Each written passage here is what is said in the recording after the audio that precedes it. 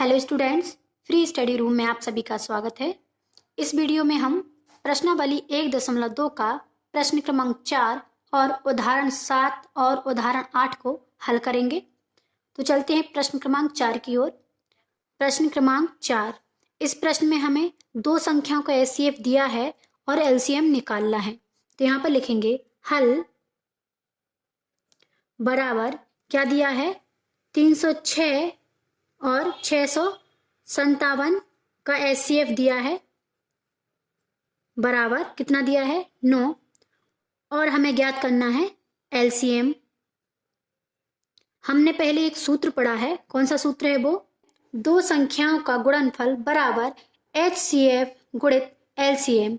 दो संख्याएं, कौन कौन सी दो संख्याएं हैं, 306 गुणित 657 बराबर, यहाँ पर एचसीएफ दिया है 9 गुणित एलसीएम। यहाँ पर 9 गुणा में है, लेकिन इस तरफ आएगा तो बटे में हो जाएगा। लिखेंगे 306 गुणित 657 बटे 9 बराबर एलसीएम। 9 से इस संख्या को काटेंगे, 9 एकम 9, 9 एकम 9, 9 18, 9 3 27, यहाँ पर बचेंगे 3, यहाँ पर हो जाएंगे 36, 9 का भाग 36 में देंगे, 9 एकम 9, 9 18, 9 3 27, 9 चौके 36, तो यहाँ पर आ जाएगा 34 गुणित 657 बराबर एलसीएम। अब हम इन दोनों संख्याओं का गुणा कर देंगे, गुणा करेंगे।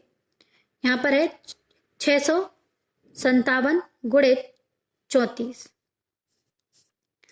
4 का गुणा करेंगे, 4 साते 28, 28 की 8, हासिल 2 आ जाएगी, 4 पंचे 20 और 2 22, 22 की 2 हासिल 2 आ जाएगी, 4 छंग 24 और 2 26, 3 का गुणा करेंगे, 3 साते 21, 21 की 1 हासिल 2 आ जाएगी, 3 का गुणा 5 में करेंगे, 3 पाँचे 15 और 2 17, 17 की 7 हासिल 1 आ जाएगी, 3 छंग 18 और 1 19,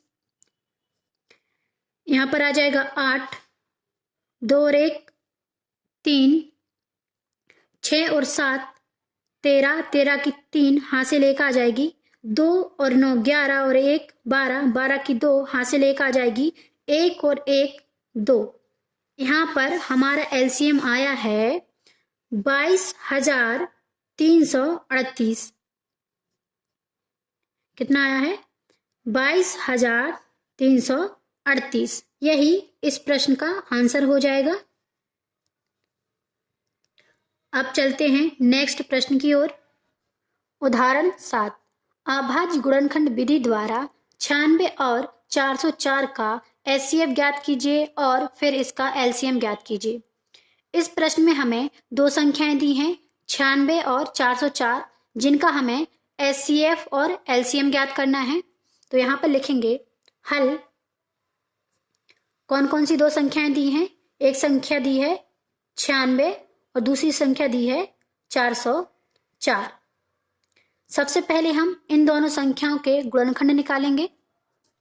पहली संख्या दी है 96, 96 के गुणनखंड निकालेंगे, 2 का भाग देंगे, 2 चौके 8, यहाँ पर बचेगा 1, यहाँ पर हो जाएंगे 16, 16 में 2 का भाग देंगे, 2 अट्ठे 16, 2 का भाग फिर से देंगे, 2 दूनी 4, 2 चौके 8, 2 का भाग देंगे, 2 एकम 2, 2 दूनी 4, 2 का भाग फिर देंगे, 2 छंग 12, 2 का भाग देंगे, 2 तीन 6, यहाँ पर 3 का भाग देंगे, 3 एकम 3।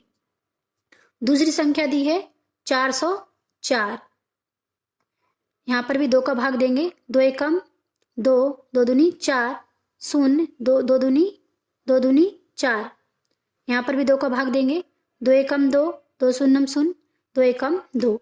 101 में सिर्फ 101 का ही भाग जाएगा, तो यहाँ पर 101 का भाग देंगे, यहाँ पर आ जाएगा 1। यहाँ पर 96 के गुणनखंड लिखेंगे, 2 गुणित 2 गुणित 2 गुणित 2 गुणित 2 गुणित 3। इसको हम लिख सकते हैं 2 के ऊपर 5 की घात गुणित 3, 404 बराबर 2 गुणित 2 गुणित 101। इसको लिखेंगे हम 2 के ऊपर 2 की घात गुणित 101। अब हम इन दोनों संख्याओं का एचसीएफ निकालेंगे तो लिखेंगे 96 और 404 का एचसीएफ बराबर। एचसीएफ निकालने के लिए हम देखते हैं कि दोनों गुणनखंडों में कौन कौन सी संख्या कॉमन है। तो यहाँ पर देखेंगे, यहाँ पर भी 2 है और यहाँ पर भी 2 है, तो हम यहाँ पर 2 लिख देंगे। अब देखेंगे कि सबसे छोटी घात कौन सी है। यहाँ पर 2 के ऊपर 5 की घात है और यहाँ पर 2 के ऊपर 2 की घात है, तो इन दोनों में सबसे छोटी घात कौन सी है? 2 की है, तो यहाँ पर हम 2 की घात लगा देंगे, तो यहाँ पर आ जाएगा 4। हमारा एचसीएफ निकला है 4। अब हम एलसीएम निकालेंगे तो यहाँ पर लिखेंगे 96 और 404 का एलसीएम बराबर। एलसीएम निकालने के लिए हम सभी संख्याओं को लिखते हैं, लेकिन कोई भी संख्या रिपीट नहीं होनी चाहिए। तो हम यहाँ पर लिखेंगे 2 गुणित 3 गुणित, यहाँ पर 2 है और 2 हम एक बार लिख चुके हैं तो दोबारा 2 नहीं लिखेंगे, गुणित 101। अब देखेंगे कि सबसे अधिकतम घात मतलब सबसे बड़ी घात कौन सी है। तो यहाँ पर देखिए 2 के ऊपर सबसे बड़ी घात कौन सी है? 5 की है, तो यहाँ पर हम 5 लिख देंगे। 3 के ऊपर सबसे बड़ी घात क्या है? 1 की ही है, तो 3 ही आएगा। और 101 की सबसे बड़ी घात 1 की है, तो 101 ही आएगा। अब हम इन सब का गुणा कर लेते हैं। गुणा करेंगे 2 के ऊपर 5 की घात का मतलब है कि 2 5 बार है, तो 2 को हम 5 बार लिख देंगे। 2 गुणित 2 गुणित 2 गुणित 2 गुणित 2, फिर क्या है? गुणित 3 और गुणित 101। इसका हम गुणा करेंगे।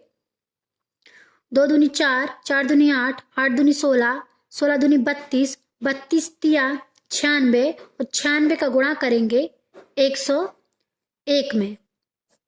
गुणा करेंगे, 1 का गुणा करेंगे तो यहाँ पर 96 ही आएगा। 0 का गुणा करेंगे तो सब 0 हो जाएगा। फिर से 1 का गुणा करेंगे 96 ही आएगा। यहाँ पर आ जाएगा 6, 9 का 9 ही आएगा, 6 का 6 ही आएगा और 9 का 9 ही आएगा। तो यहाँ पर हमारा एलसीएम निकला है 9696। यह हमारे प्रश्न का आंसर हो जाएगा। अब चलते हैं नेक्स्ट प्रश्न की ओर। उदाहरण 8, संख्या 6, 72 और 120 का अभाज्य गुणनखंड बीडी द्वारा एचसीएफ और एलसीएम ज्ञात कीजिए। इस प्रश्न में हमें 3 संख्याएं दी हैं, 6, 72 और 120, जिनके हमें एचसीएफ और एलसीएम ज्ञात करने हैं। तो यहाँ पर लिखेंगे हल। कौन कौन सी 3 संख्याएं दी हैं? 6, 72 और 120। इन तीनों संख्याओं के हम सबसे पहले गुणनखंड निकाल लेंगे। पहली संख्या दी है 6, 6 में 2 का भाग देंगे, 2 3 6, 3 एकम 3। दूसरी संख्या दी है 72, इसमें 2 का भाग देंगे, 2 3 6 और यहाँ पर 1 बचेगा, यहाँ पर हो जाएंगे 12। 12 में 2 का भाग देंगे, 2 6 12, फिर से 2 का भाग देंगे, 2 एकम 2, यहाँ पर बचेगा 1 और यहाँ पर हो जाएंगे 16। 2 का भाग देंगे, 2 8 16। 2 का भाग फिर से देंगे, 2 नाम 18, 3 का भाग जाएगा, 3 एकम 3 और 3 एकम। तीसरी संख्या दी है 120, 2 का भाग देंगे, 2 6 12, यहाँ पर हो जाएगा 60। फिर से 2 का भाग देंगे, 2 3 6, यहाँ पर हो जाएंगे 30। फिर से 2 का भाग देंगे, 2 एकम 2, यहाँ पर बचेगा 1, यहाँ पर हो जाएंगे 10। 2 का भाग 10 में देंगे, 2 पंचे 10। 15 में 3 का भाग देंगे, 3 5 15, 3 5 15 और 5 में 5 का ही भाग जाएगा, 5 एकम 5। यहाँ पर लिखेंगे 6 बराबर 2 गुणित 3, 72 के गुणनखंड निकले हैं। 2 गुणित 2 गुणित 2 गुणित 3 गुणित 3। इसको हम लिख सकते हैं 2 के ऊपर 3 की घात गुणित 3 के ऊपर 2 की घात। 120 के गुणनखंड निकाले हैं, 2 गुणित 2 गुणित 2 गुणित 3 गुणित 5। इसको हम लिखेंगे 2 2 के ऊपर 3 की घात गुणित 3 गुणित 5। अब हम इन तीनों संख्याओं का एचसीएफ निकालेंगे तो लिखेंगे 6 72 120 का एचसीएफ निकालने के लिए हम देखेंगे कि इन तीनों गुणनखंडों में कौन कौन सी संख्या कॉमन है। तो यहाँ पर देखेंगे, यहाँ पर 2 है, यहाँ पर भी 2 है और यहाँ पर भी 2 है। तो यहाँ पर लिख देंगे 2 गुणित, यहाँ पर भी 3 है, यहाँ पर भी 3 है और यहाँ पर भी 3 है, तो यहाँ पर 3 आ जाएगा। अब देखना है कि सबसे छोटी घात न्यूनतम घात कौन सी है। 2 की सबसे छोटी घात क्या है? यहाँ पर 1 की घात है, यहाँ पर 3 की घात है और यहाँ पर भी 3 की घात है। तो सबसे छोटी घात कौन सी होगी? 1 की होगी, तो यहाँ पर 2 ही आ जाएगा गुणित 3। 3 की सबसे छोटी घात क्या है? यहाँ पर 1 की घात है, यहाँ पर 2 की घात है और यहाँ पर 1 की घात है, तो सबसे छोटी घात 1 होगी, तो यहाँ पर 1 ही आ जाएगा। इन दोनों को गुणा कर देंगे, 3 दूनी 6, हमारा एचसीएफ आया है 6। अब हम निकालेंगे एलसीएम, तो यहाँ पर लिखेंगे 6 72 और 120 का एलसीएम। एलसीएम निकालने के लिए हम सभी संख्याओं को लिखेंगे, लेकिन कोई भी संख्या रिपीट नहीं होनी चाहिए।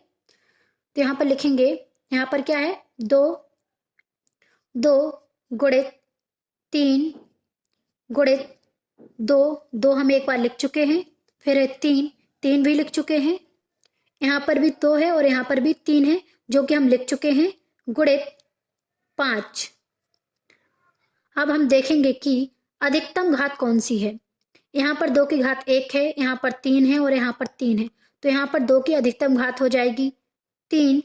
अब देखेंगे कि 3 की अधिकतम घात कौन सी है। यहाँ पर 1 है, यहाँ पर भी 1 है और यहाँ पर 3 की घात 2 है, तो यहाँ पर अधिकतम घात हो जाएगी 2। और 5 की अधिकतम घात 1 ही है, तो यहाँ पर 1 ही आएगा।